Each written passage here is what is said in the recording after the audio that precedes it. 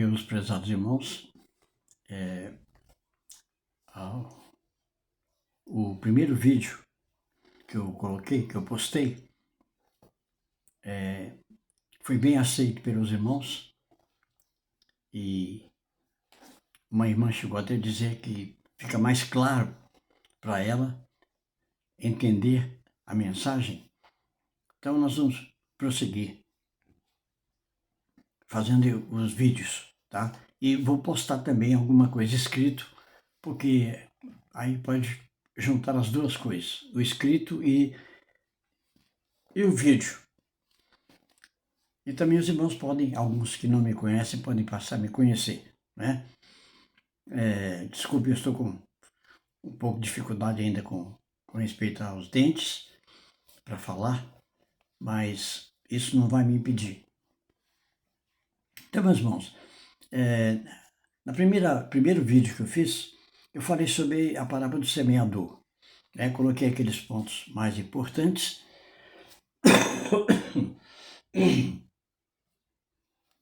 Desculpe. E vamos prosseguir então com Mateus 13, a partir do verso 10. Depois que Jesus pronunciou a parábola, os discípulos vieram e perguntaram: Senhor, por que o Senhor fala por meio de parábolas? O Senhor então respondeu: os mistérios do reino dos céus é dado a vós, né? Mas aos outros não é concedido. E aquele que tem ainda será acrescentado e terá em abundância. Mas ao que não tem, até o que tem lhe será tirado. Olha, como é que alguém não tem e pode ser tirado? E se você ler também a parábola dos talentos, Mateus 25, também tem essa expressão. Significa o seguinte, que o cristão ele tem o talento, né? Pelo menos tem 1, tem 2, tem 5, né? Mas ele não utiliza. Então é como se ele não tivesse. Ele não utilizou o talento que o Senhor deu a ele. Então, até o que ele pensa que tem, né? Porque na verdade ele tem, mas não utiliza, então será tirado e será dado àquele que tem 5. Porque aquele que tem ainda se dará e ele terá em abundância. E a partir do versículo 13, então, o Senhor começa a explicar, então, uma profecia do profeta Isaías com respeito a essa situação que estava vivendo agora. Por que ele falava por parábolas? Então ele diz que as pessoas vendo, eles não veem. E ouvindo, eles não ouvem nem entendem. E neles cumpre a profecia de Isaías, que eles ouviriam com os ouvidos e de nenhum modo entenderiam. E veriam com os olhos e de nenhum modo perceberiam. Por quê? Aí o Senhor explica que o coração desse povo está endurecido. Eles ouvem de mau grado, de má vontade. Eles não querem.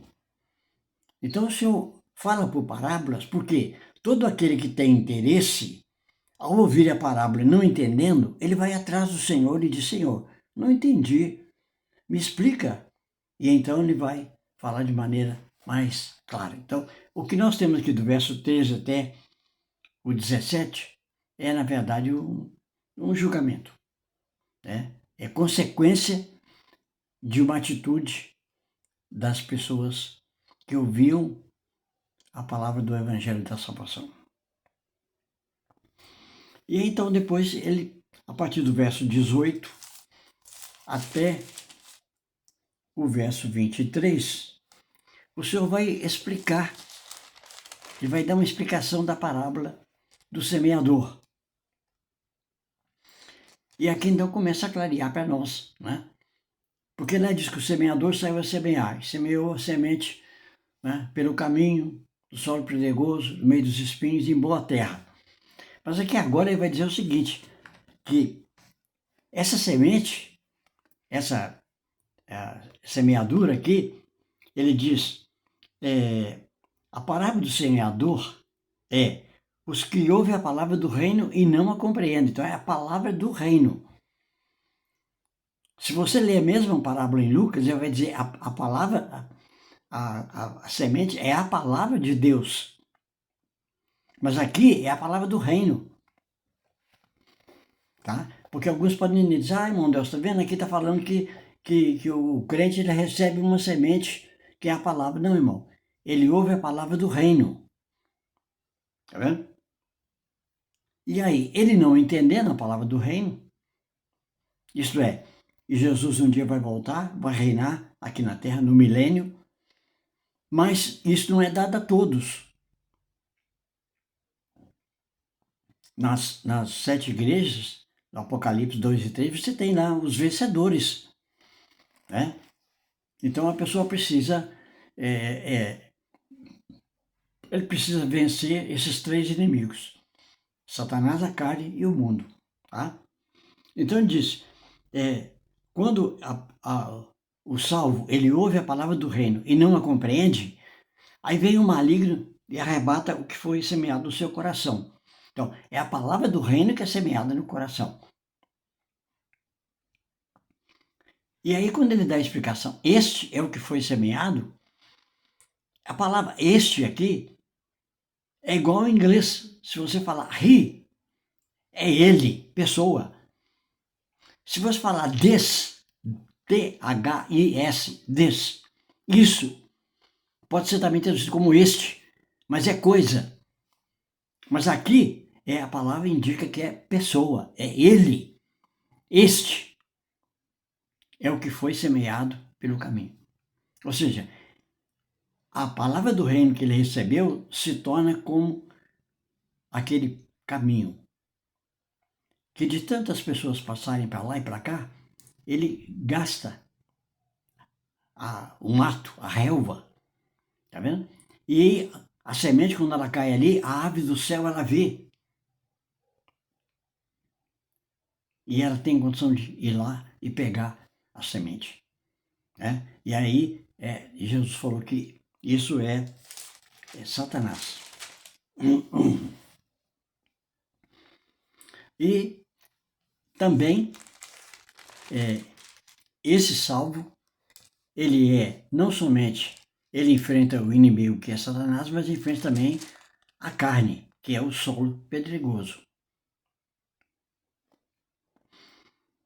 Como o solo é pedregoso, não houve, a raiz não aprofundou. Portanto, ela não tem como retirar o nutriente para crescer, para amadurecer, para produzir fruto. Tá vendo? E aí o Senhor diz que esse que ouve a palavra foi semeado no meio das pedras, ele diz, não tem raiz em si mesmo, sendo antes de pouca duração. E quando chega a angústia ou a perseguição por causa da palavra, qual a palavra? A palavra do reino. Né? Então ele diz, logo se escandaliza ou tropeça. E um terceiro, que é o que foi semeado entre os espinhos. E ele explica dizendo que é a fascinação das riquezas e os cuidados desse mundo. O que é cuidado desse mundo? Comer, beber, vestir, dormir, tomar banho, casar, dar em casamento, estudar, trabalhar. Coisas lícitas, mas que elas podem sufocar a semente. Né? E também a fascinação das riquezas. Aí você vê no nosso país hoje, você liga a televisão para ver só notícia de desvio de dinheiro. É a fascinação das riquezas.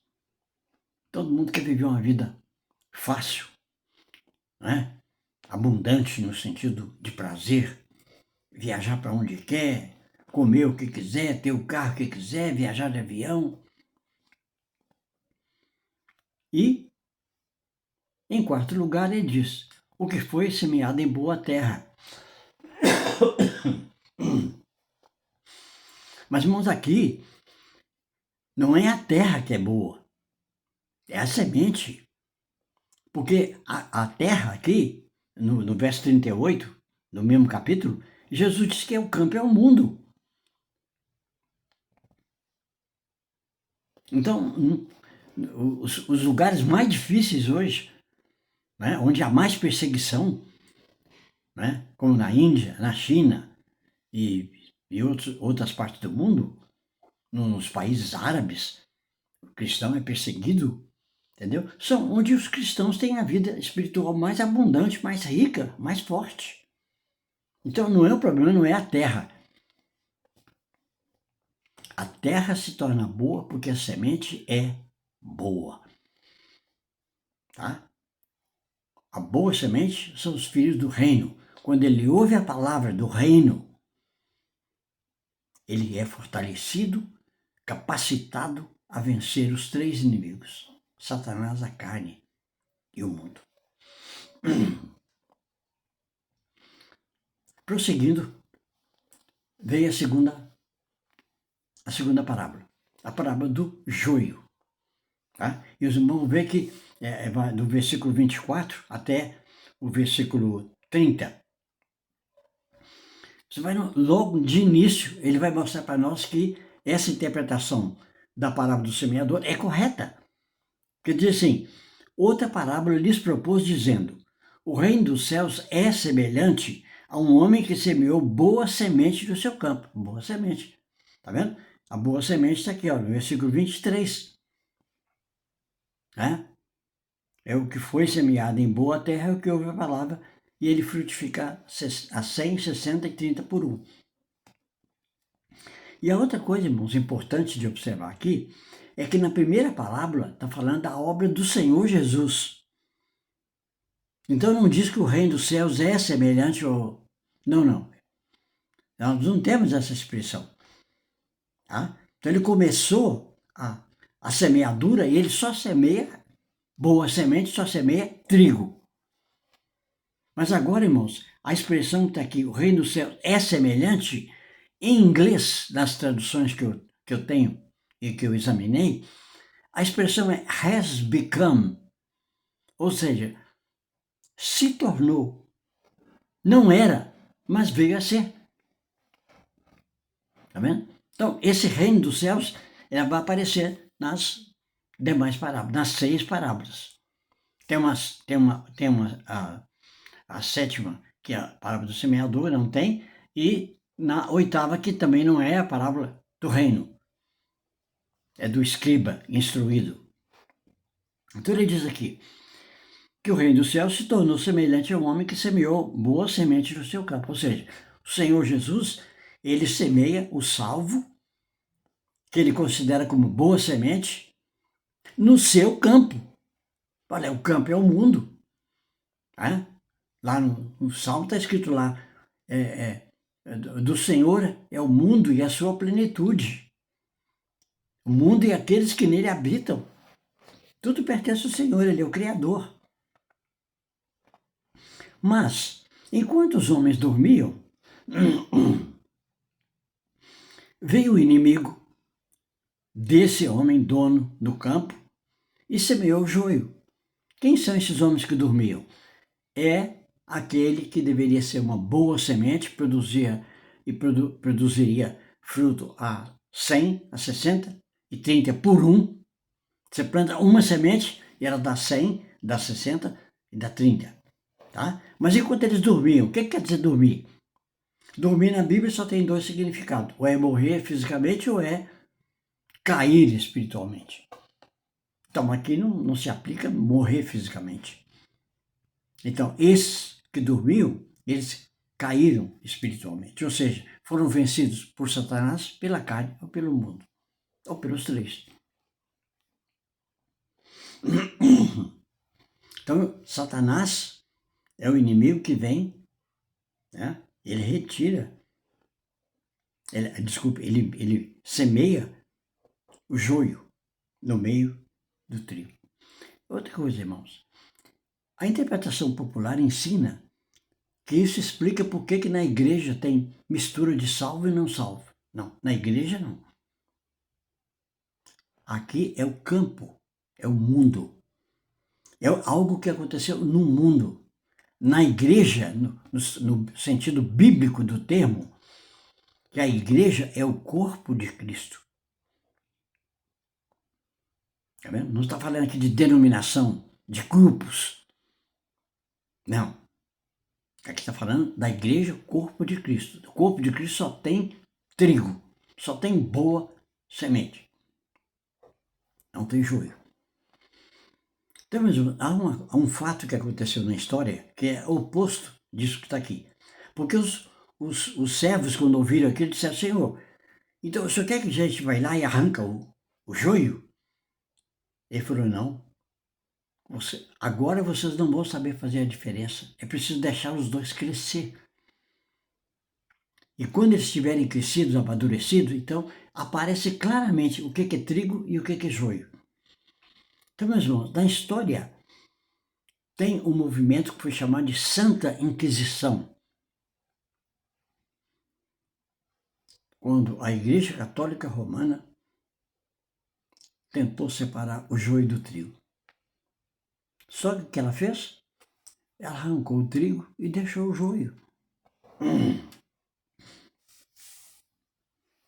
Então, meus irmãos, quando os servos ofereceram, o Senhor disse: não, tem que esperar. Esperar e disse assim: Senhor, quer que arranquemos, pois, o joio? Ele respondeu, versículo 29, não, para que ao recolher, separar o joio, não arranqueis também com ele o trigo. Agora, irmãos, por quê que tem que esperar até a época da colheita, da ceifa? Porque quando os dois crescem e ficam maduros, o joio e o trigo, o que acontece? O trigo, vou usar aqui uma caneta como exemplo, tá vendo? É como ele tivesse essa haste. Só que aqui em cima, nessa parte aqui, ó, tá vendo a tampinha? Vou usar a tampinha aqui, mostrar. É a parte que tá cheia de vida. Tá? É onde está realmente o trigo, de onde é tirado, né, para ser usado como trigo, que nós tanto usamos como comida, como alimento. Mas o joio, ele não tem isso. Ele não tem vida nenhuma. Tá vendo? Então fica fácil de ver essa diferença aqui daqui. Se você procurar aí na internet uma figura do trigo, você vai ver que é claro, claro, claro. E mais ainda significativo é que o irmão chamado Dwight Lyman Penton, o irmão Penton, ele falou o seguinte, que o trigo, ó, ele amadurece aqui em cima, indicando que está amadurecendo em direção ao céu. É para cima. Mas aqui, na raiz, ele seca. Tá vendo? Interessante, irmãos, que no livro de Apocalipse, no capítulo 14, tem uma referência à segunda etapa do arrebatamento. Tá? Não está falando do arrebatamento dos vencedores, já aconteceu antes, no capítulo 12.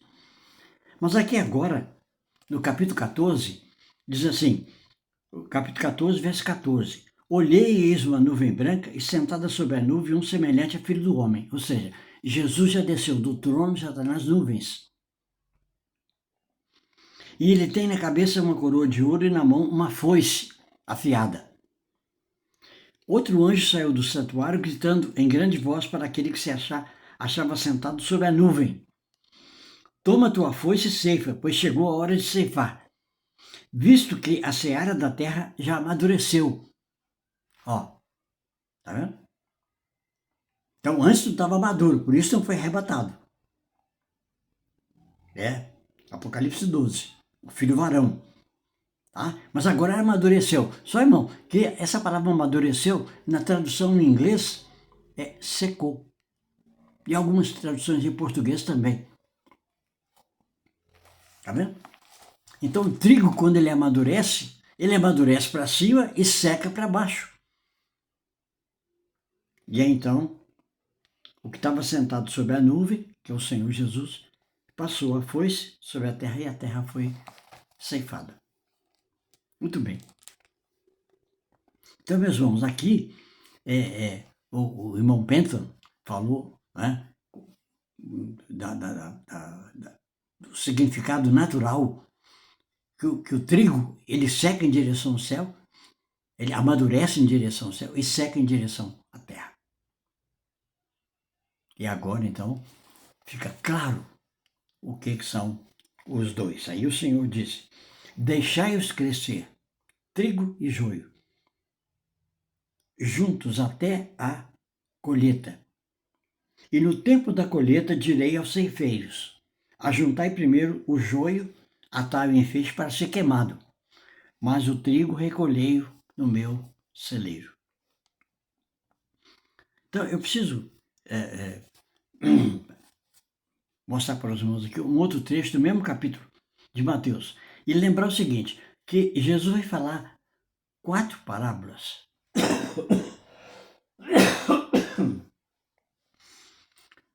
Desculpe. Ele vai falar 4 parábolas para a multidão. Tá? Semeador, joio e trigo, grão de mostarda e o fermento. E depois então diz, verso 36, que ele despediu as multidões e foi para casa. E agora só para aqueles discípulos e os que estão na casa com ele vão ouvir as 3 últimas, que é o tesouro no campo, verso 44, a pérola, tá? 45, e ainda o reino dos céus é semelhante a uma rede que, lançada ao mar, recolhe peixes de toda espécie. Tá vendo? Esse de toda espécie que é a mistura que tem lá do joio e do trigo. Por exemplo, hoje, como você pode provar para a humanidade que um grupo que se denomina cristão e é o maior grupo, né, tem mais adeptos, realmente não é. Como você vai provar? Então o Senhor disse que essa rede, né, do reino dos céus é como uma rede que não é que é lançada, ela foi lançada. Ela já foi lançada. E dentro dela, onde existir a influência do reino dos céus, em qualquer parte do mundo, onde o evangelho chegou, a rede foi lançada. E nessa rede entram peixe bom e peixe ruim. Então, quando a rede já está cheia, os pescadores arrastam-na para a praia e, assentados, escolhem os bons para os cestos e os ruins deitam fora. A explicação. Assim será na consumação do século. Novamente, meu irmão. Consumação do século. Se Jesus estava falando mais ou menos no ano 30 e alguma coisa, então no ano 100 acabou. Isso já deve ter acontecido lá no ano 100. Não aconteceu. Sabe por quê? Porque a palavra aqui não é século. É que é um crime, essa tradução. É era. É o fim dessa era da graça. Nós vivemos a era no passado do reino, hoje é a era da graça e ainda virá a era do reino, do milênio. Assim será na consumação da era. Sairão os anjos e separarão os maus dentre os justos, e os lançarão na fornalha acesa. Ali haverá choro e ranger de dentes. Então, você vê que mais ou menos a conclusão aqui é semelhante à do joio e do trigo. Então, por que eu falei para os irmãos 4 mais 3? Porque essa é a maneira que o 7 é dividido na Bíblia.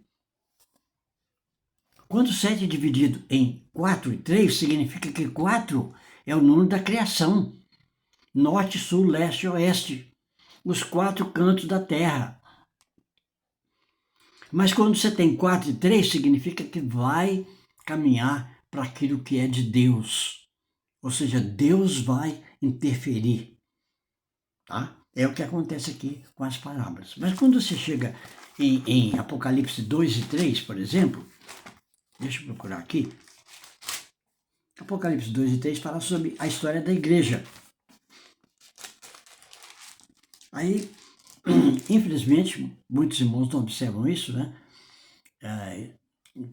Eu estudei 30 anos o Apocalipse, depois de ter ouvido o irmão Stephen Con falar sobre Apocalipse 12, e eu fiquei tão maravilhado que eu procurei e falei com ele, irmão, qual que é o segredo para a gente estudar esse livro e enxergar essas coisas que o irmão falou para nós aqui hoje, em Belo Horizonte? 1900 o que seria 78, 80, por aí. Ele falou assim, não leia comentários. Não leia comentários. Porque cada um vai falar uma coisa. Ele falou, irmão Delcio, existem 150 interpretações diferentes do Apocalipse. A gente já pensou? 150 diferentes. Então, se você lê, então isso, o meu conselho é, leia o livro, leia o texto bíblico com um caderno em branco do lado e uma caneta. Leia uma vez, 2 vezes, 3 vezes, assim. O Watchman leu a Bíblia toda, de capa a capa, 200 vezes. Isso explica por que ele teve tanta luz, né? Então, à medida que tudo que você vê, você anota. Porque a luz, você pode ver, é como uma estrela cadente. Né? Você pode ver uma estrela cadente, você fala com o seu amigo que está do lado, olha a estrela, quando ele olha, já passou. Tá vendo? A estrela. Aí você viu, está dentro do carro. Você não pode anotar naquela hora. Aí, vou deixar, depois eu anoto. Quando cheguei em casa, o que foi que o senhor me mostrou quando eu estava ainda viajando? Não lembro mais. Então, mesmo, durante 30 anos, eu me dediquei a seguir aquilo que o irmão falou. E depois de 30 anos eu escrevi. Lógico que não é completo, nem perfeito, nem pode ser. Mas realmente tem sido uma bênção na vida de muitos irmãos. Muito bem. Então, meus irmãos, nas 7 igrejas, veja, você vai notar o seguinte: a primeira, Éfeso, segunda, Esmirna, terceira, Tiatira, né?